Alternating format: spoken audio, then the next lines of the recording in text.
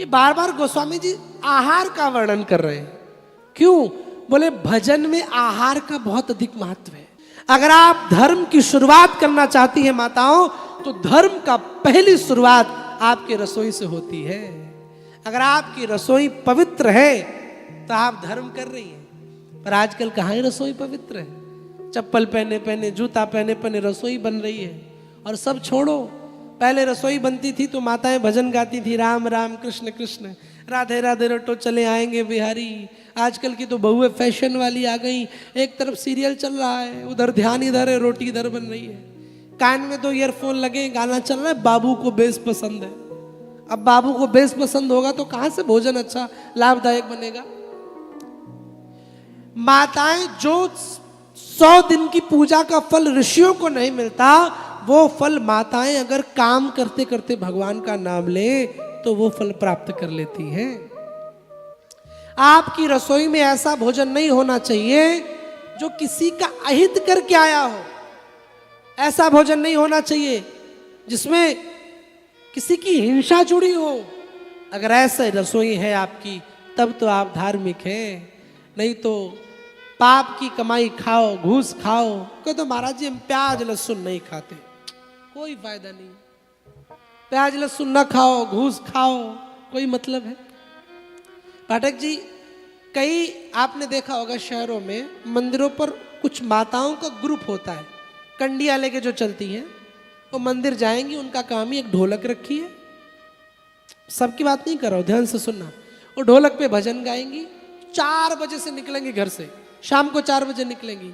5-10 मैया इकट्ठा हुई, पहला भजन गाया, और भजन गाने के बाद तुरंत सुना है तेरी वाली बहुरिया ऐसी है।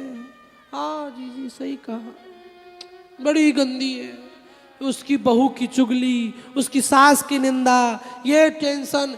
करने गई थी भजन, आए थे हरि भजन को, होटल लगे कपास, और बातें करने लगी सास बहू की।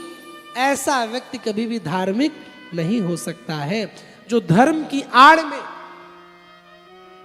रोटियां सेक रहा हो, जो धर्म की आड़ में राजनीतिक रोटियां करता हो, वह व्यक्ति भी जीवन में कभी भी सफल नहीं हो सकता। क्योंकि धर्म बिल्कुल निरपेक्ष वह साधन है जिससे भगवान की प्राप्ति की जा सकती है, और कोई साधन है ही नहीं।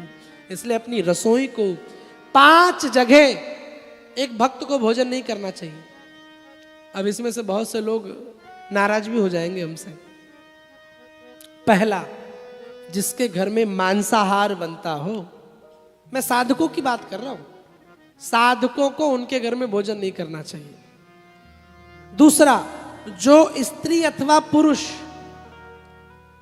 कुमार्गी हो, स्त्री पुरुष पर स्त्री गमन करता हो, स्त्री पर पुरुष गमन करती हो, जो व्हाट्सएप वाला अलग बना रखा है, घर में बेबी सोना अलग है, बाहर के बेबी सोना जादू टोना अलग है, ऐसे घरों में कभी भी भक्त को भोजन नहीं करना चाहिए।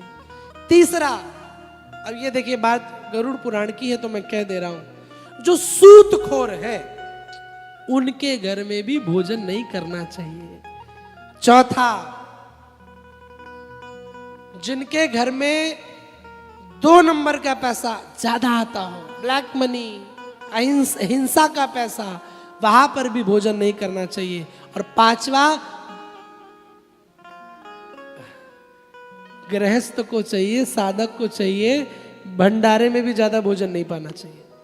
अब ये तो गड़बड़ हो गई, ये तो बड़ी गड़बड़। एक तरफ बोले महाराज जी आप पाओ, तो दूसरी तरफ आप ये कह रहे हो।